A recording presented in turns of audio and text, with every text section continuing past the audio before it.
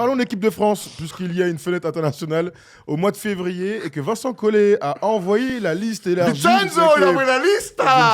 Vincenzo qui prend une année, pas sabbatique, mais une année pour se consacrer à la préparation des Jeux Olympiques. Il va voir les matchs d'Euroleague et tout, il va voir les mecs aux États-Unis. J'appelle ça un loisir, mais je rigole bien. Il part aux États-Unis, il a 2 semaines faire aller voir les joueurs et tout. Il prépare les Jeux Olympiques. J'ai dit une année sabbatique, mais de préparation, bien sûr, Vincent Collet, aux JO qui seront à Paris. Je vous apprends rien, les amis. Donc, on va découvrir ensemble cette liste. Et puisqu'il y a un des gars qui fait partie de cette liste, on va pouvoir parler à Andrew Albici dans quelques instants. Mais d'abord, la liste. Tout de suite. Maintenant, la liste de l'équipe de France avec beaucoup de nouveaux. Et je rappelle que les joueurs d'Euroleague font partie de ces fenêtres internationales. Et c'est une nouveauté parce que... Enfin, une nouveauté. C'est un retour à la normale après... Non, quoique, c'est peut-être la première fois que ça arrive, non ? Depuis l'existence des fenêtres. Alors, Andrew Albici, numéro 21. Depuis l'existence des fenêtres, voilà. tout à fait. Yeah, my man. Mats Troustrazel, on va en parler parce qu'il s'est blessé malheureusement. Sylvain Francisco, le joueur du Bayern Munich. Isaac Cordigné, Virtus Bologne. Nadir Effi, Paris Basketball. Paul Lacombe, Six Strasbourg. Timothée Laou-Cabarot. Asvel. Zachary Rizaché, Bourg-en-Bresse, la JL. Jalen Howard joue à Tel Aviv, à la Pôle Tel Aviv. La Pôle Tel Aviv. Ouais. Damien Inglis à Valence. Chantier, hein. Ouais, à Valence. Oui, Yedgar Chonabouzelé au Real, Mathias Le Sort est au Pana et Vincent Poirier, lui aussi, au Real Madrid. Voilà pour cette équipe. Accueillons comme il se doit Andrew Albici. Comment ça va, Andrew ? Erwan ne chante plus jamais. Thomas, plus jamais des blagues comme ça. Ouais, je suis désolé. Alors, mais voilà, il est là, comme il est beau, avec son maillot de Grande Canaria, là. Comment ça, je chante plus jamais ? Tu sais que j'ai mis un truc en place depuis... C'est les gens qui demandent. Maintenant, même quand j'oublie, on me demande. On t'a régalé, Andrew, hein. Les bêtes. Il est où, Pépito ? Ah, il est à la maison, gros. Mais t'es où, là ? T'es en déplacement ? Je suis à l'hôtel à Barcelone parce qu'on part en déplacement demain en Pologne. Au Pologne, excusez-moi. Et voilà, Eurocup, comme d'habitude. Eurocup, Grande Canaria parmi les favoris. Tenant du titre de l'Eurocup, bien sûr. Avec un Andrew phénoménal l'année dernière. J'aime bien parler comme ça. Du coup, fenêtre internationale. Et retour pour toi, Andrew. Attends, ça c'est une nouvelle exceptionnelle. Bien sûr, tu avais raté la Coupe du Monde à Manille. C'était un crève-cœur. Et l'équipe a performé. En plus, ça tombe bien. Raconte-nous un petit peu, première sensation, là, après quelques jours. Non, content d'être dans le groupe. C'était un objectif dans l'année, de toute façon. Et pour moi, c'est quand même le premier step. Parce que pour moi, le plus gros but, on va dire, c'est d'être au JO, bien sûr. Mais voilà, pour moi, c'est le premier step. Donc, je suis content d'être dans le groupe. On est une belle équipe. Donc voilà. C'est une équipe incroyable, Erwan. Hein. Quand on a découvert sur le papier, on parlera des absents, des enjeux de ces fenêtres internationales plus tard, mais vraiment juste la réaction sur le nom. On n'a jamais eu une équipe aussi relevée depuis 20 ans sans joueur NBA. Enfin, tu vois ce que je veux dire ? Sans compter sur nos joueurs NBA plutôt. Je trouve que c'est une équipe extrêmement solide et une équipe très équilibrée. Ce qui est quand même fou quand on sait qu'on est parti à la Coupe du Monde avec une équipe complètement déséquilibrée, notamment sans vrai meneur de jeu. Honnêtement, je cru qu'il était affiché, pardon. Non, moi je suis. Elle me fait kiffer, énormément kiffer cette équipe, mais c'est aussi grâce aux joueurs, parce que ça soit les nouveaux arrivants, on va y aller, que ce soit le retour d'Andrew. Je trouve qu'il y a tous les profils, il y a des scoreurs, il y a des meneurs, il y a des darons, il y a des jeunes, il y a des athlètes. Il y a des athlètes à l'intérieur. On est fournis, mon ami.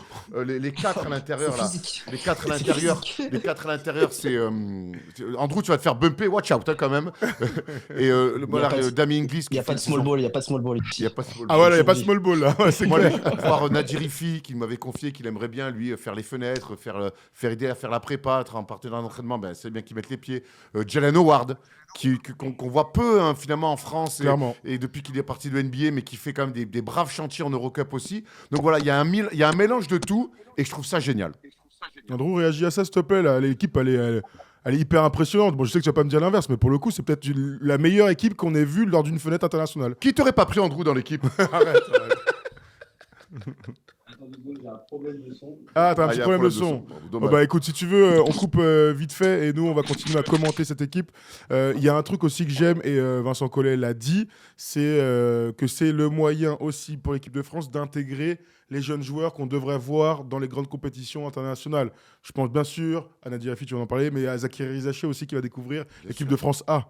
Bien sûr. Alors après, j'aurais presque aimé voir Alexandre Sarr. Mais ça fait loin, quoi.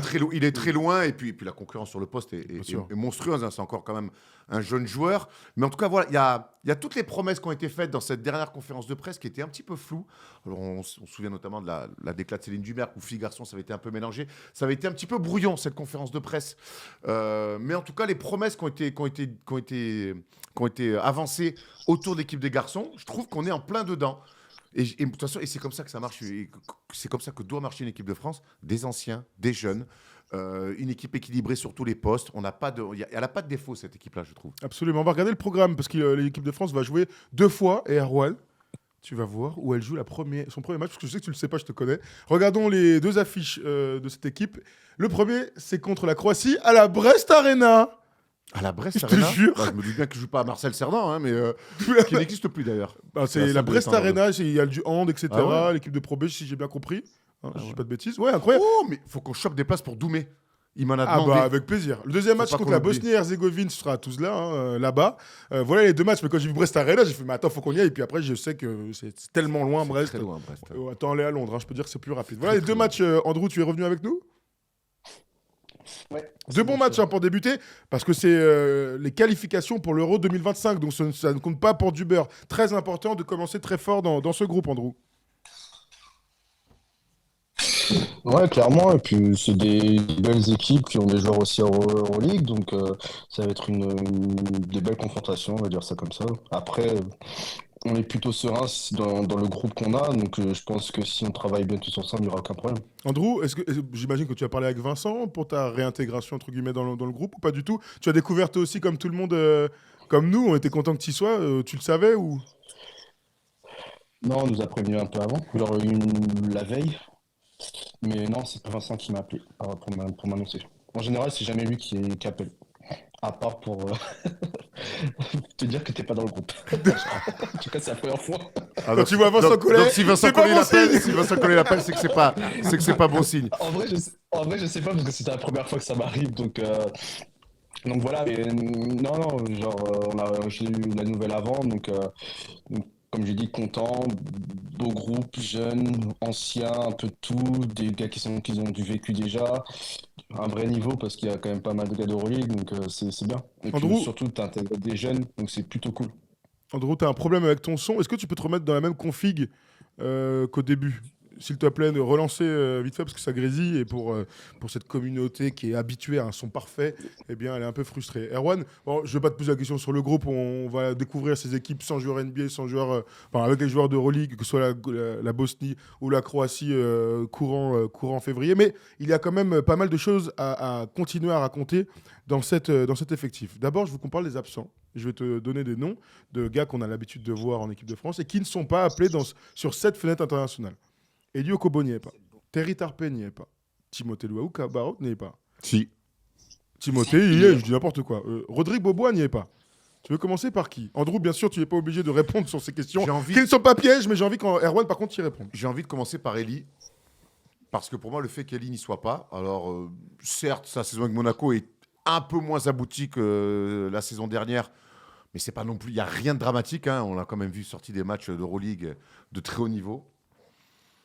Moi, j'ai peur pour Elie que le fait qu'il ne soit pas appelé sur cette fenêtre-là soit un signe pour dire on compte pas sur toi. On sait que l'utilisation de Elie à l'Euro à Berlin a été complexe, que la relation a été complexe, qu'à la Coupe du Monde, ça a à peine été mieux. Donc j'ai l'impression qu'Elie, en tout cas, c'est comme ça. Ma lecture, elle est là-dessus, c'est que j'ai l'impression que c'est un message qui ne fait pas partie des plans. On est en février. Les JO, c'est dans 6 mois. C'est dans 6 mois. Il est encore un jeune joueur, mais en tout cas, le message est envoyé pour dire qu'il y a des mecs sur son poste qui arrivent et que c'est avec eux qu'on fera. J'ai pas parlé de Mustapha Fall aussi, qui n'est pas dans l'effectif. Bon, il est blessé aussi, hein, le grand Mousse. Après, quand je vois Timothée qui n'a pas été pris lors de la Coupe du Monde et qui revient dans le groupe, il n'y a jamais rien de figé pour les joueurs. Il n'y a jamais rien de figé, ça c'est sûr. L'histoire a montré que, mais en tout cas, sur la réalité du moment, moi, je vois pas pourquoi Elie n'y serait pas. Alors qu'il a fait l'Euro, il a fait la Coupe du Monde, il joue à Monaco, il joue. Ça peut être que le choix du coach, quoi. Ça peut être, voilà. Oui, ok. Ok. Il n'y a pas Thomas Hurtel aussi, on nous dit dans les commentaires. Là, je suis vraiment très large. Andrew, un mot? Non, mais Bah, Thomas, moi, je peux parler, hein. Thomas, c'est triste hein, de pas le voir dans notre groupe et tout, mais bon, c'est comme ça. Maintenant, comme je dis, c'est le choix, la fédération a décidé des choses, donc c'est comme ça, hein. Ok. Donc, je vous ai dit Eli, je vous ai dit tout ça. Rodrigue. Rodrigue, c'est intéressant. Rodrigue a dit officiellement qu'il était intéressé, en tout cas, par l'idée de revenir en équipe de France. Enfin, venir même, parce qu'il n'a jamais fait de compétition internationale. Qu'est-ce qu'on en pense, Erwan? Lui qui a froissé Monaco avec la Dolou. Non, mais il n'y a pas longtemps. Il y a pas longtemps. Rodrigue est un joueur magnifique. Ça, c'est clair. Après, c'est compliqué. C'est compliqué parce que pour moi, tout se mélange. Parce que là, quelque part, il y a un double enjeu dans ces fenêtres-là. C'est évidemment gagner les matchs parce que tu te dois d'être à l'Euro.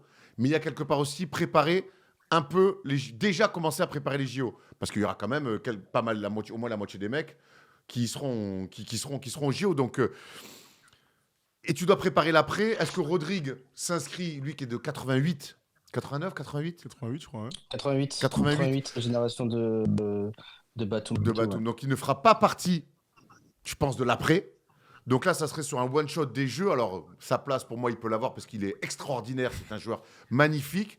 Maintenant, on sait que la relation avec l'équipe de France a toujours été compliquée. Est-ce que, parce que ce mec-là a dit « je peux être dispo pour les Jeux à Paris », on va lui faire cette fleur en disant « ouais, bah vas-y, tu viens ». Il y a une concurrence.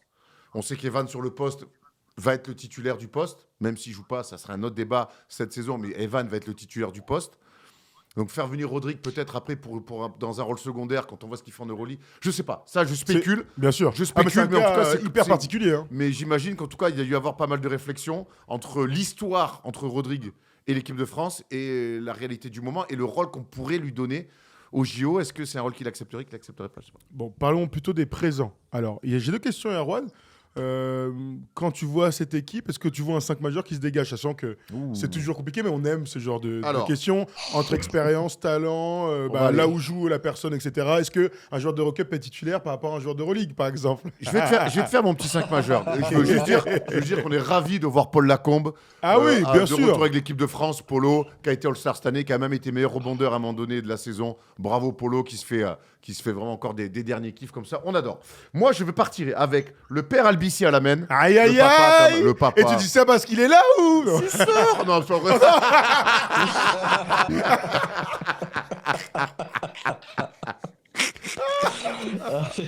Ah, qu'est-ce qu'on est con. Vas-y, Ouais, on est très con. Oui. Tu peux me remettre. Andrew Albici à la main. Andrew à la main. L'expérience. Pour assurer, mais je te dis. Mais oui, mais attends, c'est pas honteux, il était capitaine et tout de toutes les fenêtres. Il régale, Andrew. J'attends de voir. Continue. Je mets Isaiah Cordigné sur le poste 2. Ok. Je mettrai Rizaché, Zachary en poste 3 titulaire. Et je roule avec Gershon et Vincent Poirier derrière. Et bon courage aux secondes unité de l'autre équipe parce que quand tu vois ce qui va rentrer derrière. Qu'est-ce que tu voilà dis, ce que je ferai. Andrew, il n'est pas convaincu par ce 5. Enfin, pas ce 5. On se comprend, bien sûr. Tu changerais le meneur, Andrew? Moi, Non, non, ça, Sylvain peut prendre ma place, il n'y a aucun problème. Je pense que ce sera même lui qui va commencer. Et tu mets Isaiah et Tim. Non, je mets Isaiah. Non, lui, c'est ce qu'il dit. Mais ouais. Et peut-être Timothée, encore une fois, l'ancienneté, l'expérience. Mais j'ai envie de mixer, moi, c'est pour ça. D'accord. C'est pas parce que je mets. Tu sais que moi, je serais pas du tout surpris que Zachary soit dans le 5. Mais oui, bien sûr. C'est pas parce que je mets Zachary que je vais lui N'oubliez fais pas 30. qu'il y a un joueur en trop. Oui, Parce qu'on est 13. Tout à fait, Donc il y en a un qui sera pas dans le groupe. tout à fait. Mais bon, là, on se base là-dessus. Bon, mais en je tout me cas, base Erwan, je pense que Zachary, on a tout intérêt à le voir une première fois en équipe de France. Hein. On pense à l'après aussi, et mettre Zachary dans le 5, c'est aussi un message. Aujourd'hui, quand je mets Zachary dans le 5, c'est pas, je dis pas, pour moi, ce que fait Timothée en Euroleague cette année, il montre le joueur qu'il est. Mais c'est pas juste qui est le plus fort et je mets les 5 plus forts. Je me projette aussi dans ce que j'ai envie de voir pour en même temps préparer les JO, mais préparer la suite aussi. Après, moi, le seul truc de ton 5 majeur, Andrew, meneur gestionnaire, Zachary Zaché, qui aujourd'hui est un défenseur qui est en train de s'éclater en attaque, mais qui n'a pas porté l'attaque de l'équipe de France sur une fenêtre internationale. Et Isaiah Cordigné, qui, je trouve, est un peu dans le même profil, à valeur d'espace et tout, mais qui ne peut pas porter une attaque en équipe de France, je serais très surpris. Est-ce qu'il n'y a pas un Attention, ailier alors, Non, on se comprend. Il fait une magnifique Je suis pas en train de te saison, dire qu'Isaiah oui, Kanji oui, est mais nul. t'as raison. Il régale, Isaiah. T'as raison. Je dis que là, en termes de profil, etc., Mmh. est-ce que c'est ce 5 majeur-là sur lequel tu peux débuter Gershon, Enfin, voilà, Gershon oui, est mais dedans, bon, large et tout. c'est un intérieur. Ouais, non, mais ça se tient. Voilà, ça se c'est tient, le seul truc. Attends, j'aime bien ton 5. Hein. Ça se tient. Après, J'aime il y bien ton a 5. Nadir que tu peux mettre en deuxième arrière. Mais moi, j'ai vraiment envie de le faire sortir du banc. D'ailleurs, c'est ce qu'il fait cette année avec le Paris Basket pour apporter de l'adresse externe. Il n'y a pas de shooter. Ouais, c'est vrai que si tu mets Timothée, tu as un shooter un peu plus fiable sur le poste 3. Bon, on est là pour en discuter, quoi. Absolument. Andrew, le liner, là, le synthé de ce passage, c'est qui pour aller aux Jeux Olympiques? Alors, bien sûr, la question est volontairement corrosive. Xavier, bien sûr, la qu'on famille, embrasse, le bien Xav. sûr. Andrew, on va le redire aujourd'hui, mais il y a 5 ans, quand tu fais ton retour en équipe de France pendant les fenêtres internationales, tu gagnes ta place grâce à ces fenêtres pour faire un enchaînement de compétitions. Dis-nous comment ça s'est passé pour toi, redis-nous comment ça s'est passé pour toi et comment tu as fait pour justement disputer notamment les Jeux à Tokyo. Je pense qu'il y a eu une sorte de transition. Avant la Coupe du Monde, il y avait une fenêtre où il y avait les joueurs d'Euroleague et les joueurs NBA aussi. Et je me rappelle, c'était en Russie, on avait joué contre la Russie pour un match de qualif. Et en fait, il y a eu un mix des fenêtres et des joueurs Euroleague, NBA. Et ça avait super bien passé pour moi. Et je pense que c'est cette compatibilité qui a été que ils ont vu que je pouvais jouer avec ce groupe-là. Et je pense que c'est pour ça que j'ai intégré aussi dans l'équipe à la Coupe du Monde. Je pense que c'est ça qui a fait basculer en ma faveur le fait que je sois dans l'équipe de France à la Coupe du Monde. Parce que l'enjeu de ces fenêtres, on l'a dit, se qualifier à l'Eurobasket, ok. Faire une revue d'effectifs aussi, intégrer les jeunes, mais il y a surtout, tu l'as dit aussi à Rouen, peut-être la moitié des joueurs, voilà, les moitiés des joueurs, voire plus, hein, des joueurs qui sont dans l'effectif que l'on reverra au JO. Parce qu'il y a les joueurs NBA, donc bien sûr, si on met Evan Fournier, Rudy Gobert, Bilal, Victor, qui j'oublie en NBA qui devrait être en équipe de France. Je mets Kylian Hayes, pourquoi pas, qui aura peut-être sa chance à un moment donné. On peut élargir en tout cas pour commencer. Mais donc ça fait... Là, j'ai dit 5 mecs. Si j'oublie quelqu'un, je suis absolument désolé, les gars.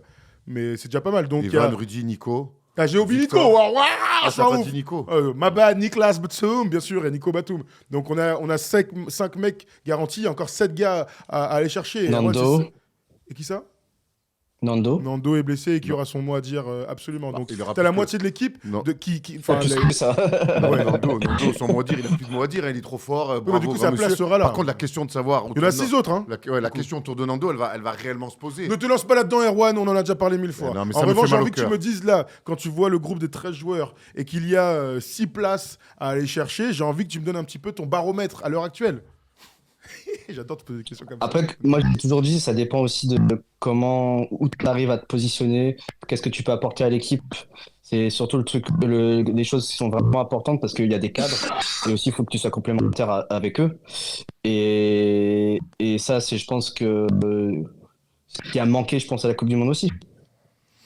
Mais il a raison. Et c'est pour ça que tu n'étais pas forcément obligé de prendre les meilleurs joueurs, en tout cas, mais les joueurs les plus compatibles à jouer ensemble pour aller chercher quelque chose. Parce que la différence entre tu dis les meilleurs joueurs, tu vois, la différence entre ton 15e homme et ton 10e, admettons, elle n'est pas énorme. Par contre, dans la capacité du 15e à s'intégrer, à être bon sur des courtes séquences de jeu, bah, là, tu fais la différence. On a vu que la complémentarité sur les 2 dernières campagnes de l'équipe de France, ça a été très compliqué. Il va quand même se passer un truc cet été au JO avec l'équipe de France, c'est qu'il y a Victor Wembanyama qui va intégrer l'équipe de France dans une compétition officielle.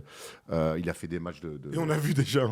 C'était là, Andrew. Et là, Andrew, quand tu parles de complémentarité, je pense que comme les Spurs, à un moment donné, tout doit être pensé autour de Victor et de savoir comment les gens s'imbriquent le mieux autour de Victor. En équipe de France, ça va être déjà aussi la même chose. Si on veut gagner, surtout. Si on veut gagner. Ça, surtout, voilà. Alors, Rudy, il va y aller à la saison qu'il fait, il est énorme. Et il va déjà, Vincent, le casse-tête qu'il va avoir, mais je pense qu'il y pense depuis 2 ans déjà, à savoir comment faire jouer les deux ensemble.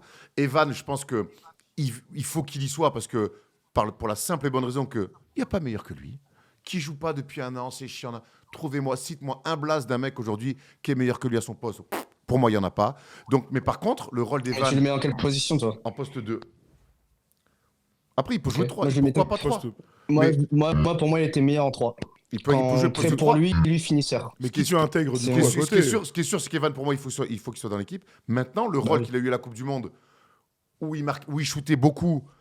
Et heureusement que contre le Canada, il fait une bonne première mi-temps, et heureusement qu'il a, parce que sinon, mais en tout cas, le nombre de tirs qu'il avait à la Coupe du Monde, avec l'intégration de Victor, pour moi, il y a forcément une redistribution des cartes qui va avoir lieu. Et c'est en Mais ça que après, je c'est une pense qu'il y a... adaptation, de toute façon. Exactement. Mais c'est une bonne chose, hein. C'est une très bonne chose. Imaginez Evan Fournier avec le niveau qu'on l'a vu en attaque sur les dernières compétitions, avec plus d'espace parce qu'il y a Victor qui est ciblé par les défenses. Plus d'espace, et plus d'alternance. Parce que là, vraiment, s'il vous plaît, parce que mine de rien, tu parles de Mousfal qui est blessé. Mousfal, il est un peu en colère aussi, parce que sur 2 compètes, il a touché 4 ballons. C'est un peu relou. En 20 matchs. C'est un peu relou. C'est le nombre de ballons qu'il touche par carton avec l'Olympiakos. Tu vois, donc quand t'as Mousse comme ça et que tu t'en sers pas, donc... T'es bien gentil, hein. Ouais, je suis gentil. Donc, j'aimerais quand même que... On a quand même l'un des meilleurs pivots d'Euroleague qui est sur le post-up, l'un des meilleurs au monde. Steph m'avait tapé sur les mains quand j'ai dit ça, mais je persiste. Si Victor il n'a pas la balle, voilà. Donc on a quand même aussi montré certaines limites collectives. J'espère que là-dessus, tout le monde va tirer dans le même sens.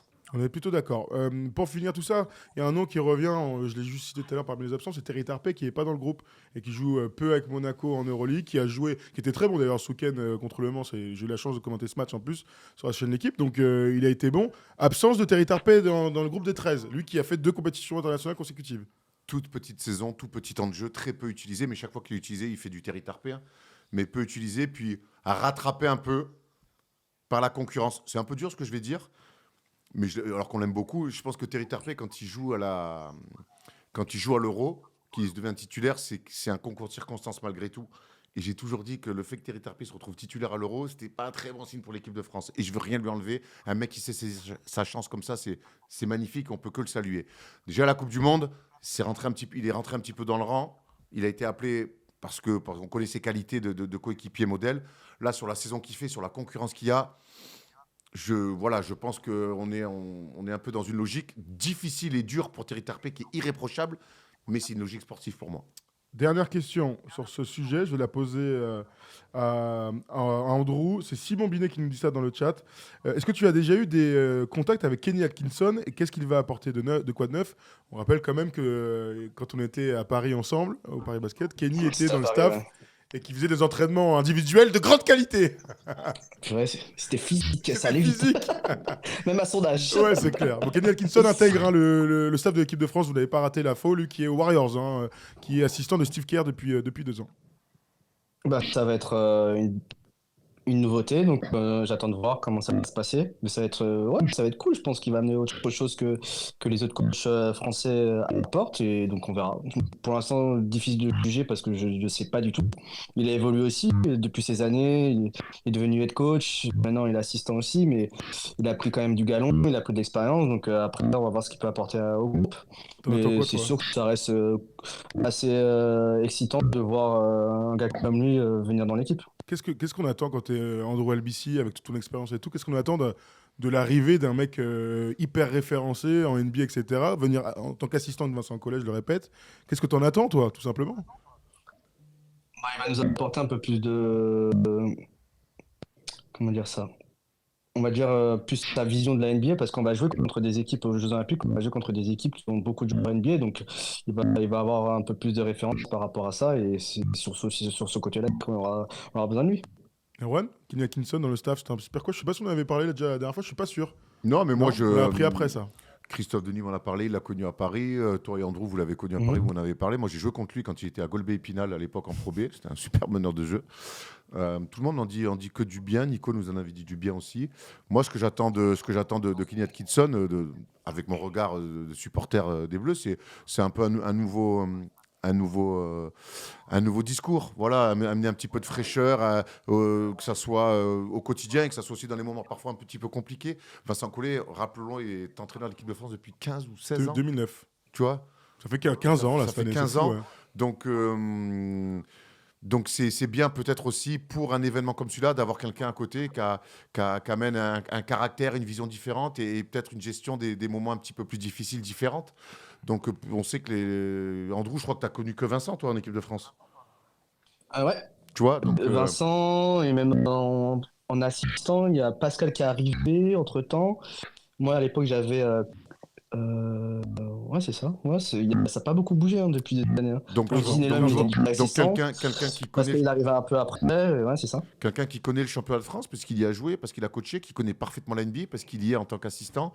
Donc voilà, qui a cette double culture, et qui va pouvoir peut-être amener des choses, des choses à lui. Moi, je reste persuadé que s'ils sont allés le chercher, c'est qu'il y avait une envie commune de travailler ensemble et que déjà, ils ont dû cocher des aspects sur lesquels il va devoir appuyer lui. On sait que Vincent est un tacticien hors pair, mais que des fois, il y a des trucs qu'il n'a pas envie de faire pour monter au créneau. Il le fait, ou peut-être que ça marche plus auprès de certains, mais peut-être qu'avoir quelqu'un à côté de lui avec un nouveau discours et qui aura un autre rapport aux joueurs, des fois, c'est bien d'entendre des nouvelles choses. On rappelle aussi que Fred Sarr a rejoint Tout à fait. le staff, au sens là, le front office, comme on dit en NBA. Il est assistant assistant de Boris. GM. Voilà, assistant de GM. Assistant de Fred Sarr, Boris. un nom très connu de ceux qui suivent le championnat de France depuis très longtemps. Merci Andrew de nous avoir appelé, d'avoir pris de ton temps. Écoute, profite bien de ta chambre d'hôtel et puis on se retrouve Sokolov dans 5 minutes. Non, j'ai pas amené ma valise, donc pas possible. Ouais, Mais je en te tout rassure. cas, ça m'a fait plaisir de vous parler, les gars. Et puis voilà. Et ben écoute, Bon, à merci. très vite, mon Merci, Drew. gros. Ciao, ciao. Les millions, Salut. pas pour vous. Vas-y mon gars, bisous. Bisous, ciao, ciao. Salut, les gars. Toujours cool d'avoir l'un des membres de notre équipe de France qui prend du temps, un petit peu de son temps pour venir discuter. Voilà pour cette vidéo sur l'équipe de France, donc les Bleus qui joueront 2 matchs en février. Si vous êtes à Brest, n'hésitez surtout pas à y aller. Il n'y a rien de mieux que d'aller voir un match de l'équipe de France. Hein. Vraiment, Toujours génial. on le dira toujours. Écoutez les yeux d'Émilie, tout ça, c'est... Voilà, on est obligé de finir sans ça. Bravo.